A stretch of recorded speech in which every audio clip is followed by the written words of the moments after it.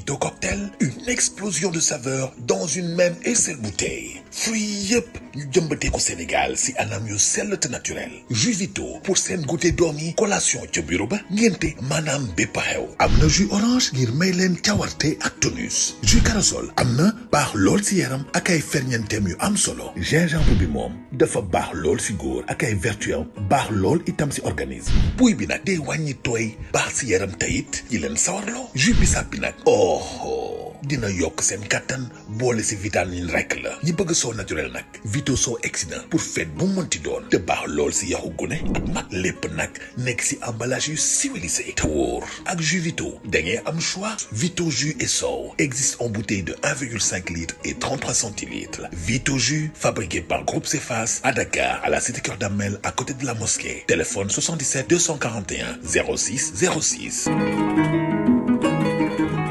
mbokk yi jërë ngeen jëf ci ànd bi ngeen daan ak ñun ci seen site internet sénégal5.com ak ci seen télévision 5 TV Sénégal la télé au quotidien des Sénégalais gërëm leen sant leen bu baax a baax ci ànd bi ngeen daan ak ñun te nag di talaata ñaar fukki fan ak benn ci weeru juin bi ci atum 2022 mu tombel fête de la musique nag buñ ko waxee xel yëpp day dem ci ndaanaan yi nga xam ne ñoo ci réew mi ñu leen di wooye ay star ak ñi nga xam ne itam dañuy door ku ci mel ni Youssouma Jigéen Ndour mi nga xam ne star planétaire la Omar Baye Pen ak yeneen daanaan yi nga xam ne ñi ngi ci réew mi ñoom ñëpp ñu ngi leen di wax bonne fête de la musique te nag foofee ca rond-point centenaire voilà su ma juumul Sidi Diop jox rendez-vous fansam yëpp pour ñu daje foofee nga xam ne moom mooy ca rond-point centenaire pour fête de la musique en attendant suba incha allah rabbi bu 20h jotee ki nga xam ni itam moom mooy Seydina Ousmane Sonko mu sell mi moom itam joxe na ndigal bu ko defee askan bi yëpp daal di génn bu 20h jotee Ousmane Sonko nag li mu wax mooy ñi nga xam ne dañoo am balcon ñu taxaw ci seen balcon ñi nga xam ne itam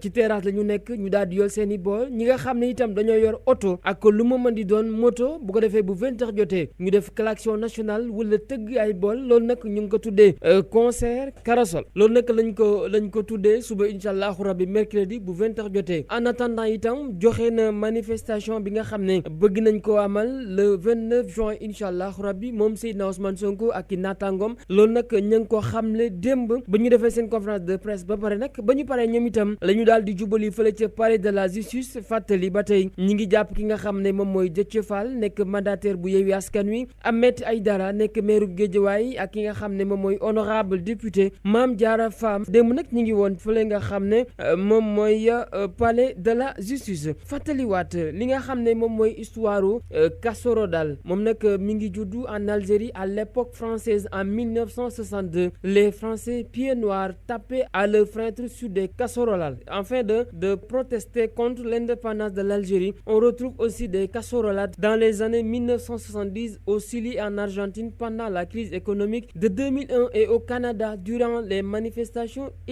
étudiantes au Québec de 2012 kon fàttali li nga xam ne moom la Seydina Ousmane Sonko di woote loolu nag histoire bu yàgg la ndax ki nga xam ne itam moom mooy ndéem si yàlla Seydi Lamine Niass mi ngi ci dikkaat nee na 1968 ba ñu bëggee ki nga xam ne moom mooy Senghor abal ñu ñoom nag dañoo amal benn concert de casserole sous Senghor loolu nag Seydi Lamine Niass ndéem si yàlla moo ko xamle ay archives la yoo xam ne Walfadjri moom moo ko génne jàll feneen ginnaaw ba ñu dégloo keroog suñu sang bi Serigne Moustapha Sy bu njiital Moustarchidine wala Moustarchidaty ginnaaw nag ba mu ne waaye Yewwi Askan Wi bu leen tiit bu leen ragal ndax seen cummukaay maa ko yor kii di doom ja nag di capitaine Mame Cheikh Tidiane capitaine à son père vous n'avez qu'un mot à dire et nous réduisons le Sénégal ensemble loolu la Mame Cheikh capitaine wax nee na ko kii di bàyyam yow daal jox ñu ndigal rek bu ko defee ñu daal di taal Sénégal gi lee ba mu doon doom ñu jàll ci diwaanu Pikine ginnaaw xale bi nga xam ne bërki dem ba tey ñu ngi koy wane la fille de Zal Make-up Pikine a été enlevée ce matin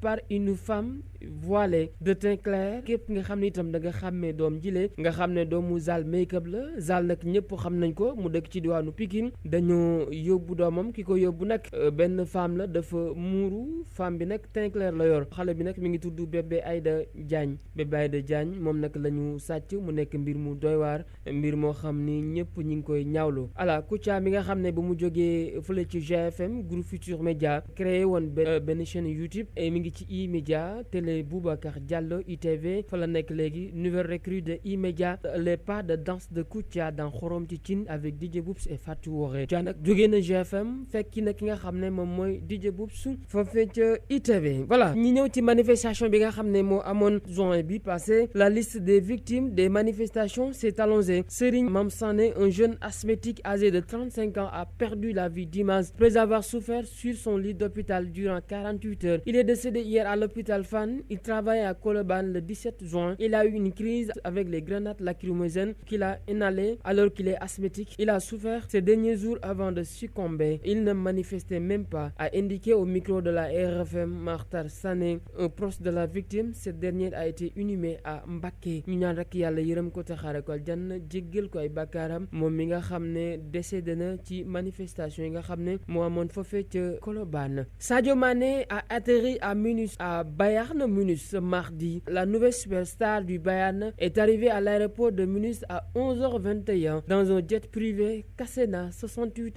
en provenance de Majorque et est descendu de l'avion à 11h28, renseigne le média allemand Bild. Son agent Boer Bezemer est également parti. À peine arrivé, Mané a effectué sa visite médicale qui est obligatoire dans une voiture Audi rose. L'international sénégalais se rend à l'hôpital Barnes-Brunn près du château de Nimferbuz à Neuze. On l'attend, le médecin de l'équipe Prof Roland. Sadio Mané, 30 ans, doit être officiellement présenté mercredi, mais comme tout autre transfert, l'ex-joueur de Liverpool doit passer une dernière épreuve, la visite médicale. L'Ordre des médecins du Sénégal est sorti de son mutisme à travers un communiqué parvenu à la rédaction d'ISFM afin de répondre à Ndella Madior Diouf. Cette dernière avait attribué le décès de l'animatrice Daba Boy à une erreur médicale. L'Ordre revient sur les faits et condamne les propos de la patronne de Safir FM à la suite du décès d'une patiente survenue au centre hospitalier national de Pikine. Une personne se présentait en qualité de médecin a déclaré à travers la presse que cette issue malheureuse est due à une perfusion de sérum glucose. Elle a ajouté que la défunte souffrait du diabète et qu'elle ne devait pas recevoir une perfusion de sérum glucose. Face à des déclarations aussi graves, l'Ordre national des médecins du Sénégal condamne ces propos et tient à préciser. Il poursuit que la personne en qualifiant de médecin ne figure pas dans le tableau de l'Ordre national des médecins du Sénégal. Par conséquent, elle ne peut pas exercer la médecine au Sénégal, conformément à l'article 1er de la loi numéro 66-069 du 4 juillet 1966 relatif à l'exercice de la médecine et à l'ordre des médecins qu'un patient diabétique peut recevoir sur prescription médicale sans danger du sérum glucosé, et ceci en parfaite conformité avec les règles de bonne pratique. ñu jeexalee nag ak ki nga xam ne moom mooy Mara Niass ñëpp xam nañ ko, moom nag mi ngi encouragé waaye yu askan wi surtout Ousmane Sonko ci li nga xam ne moom la bëgg def di concert Carosol. Moom Mara Niass nag nee na incha allahu rabbi bu 20h jotee dina génn ak njabootam, bu ko defee itam ñu daal di tëgg ay bool. Ahmed Aïdara arrêté, ce marabout fait un terrible révélation. Nañu ko bàyyi sinon dëkk bi dina tàng dina yëngu. Mbokk yi jërë ngeen jëf ci ànd bi ngeen di ànd ak ñun ci seen site internet sénégal5.com ak ci seen télévision 5 TV Sénégal, la télé au quotidien des Sénégalais. En attendant ñu joxante rendez-vous suba bu 20h jotee. Waa UCAD ñoom tàmbali nañu démb ci guddi. Jërë ngeen jëf ci guddi.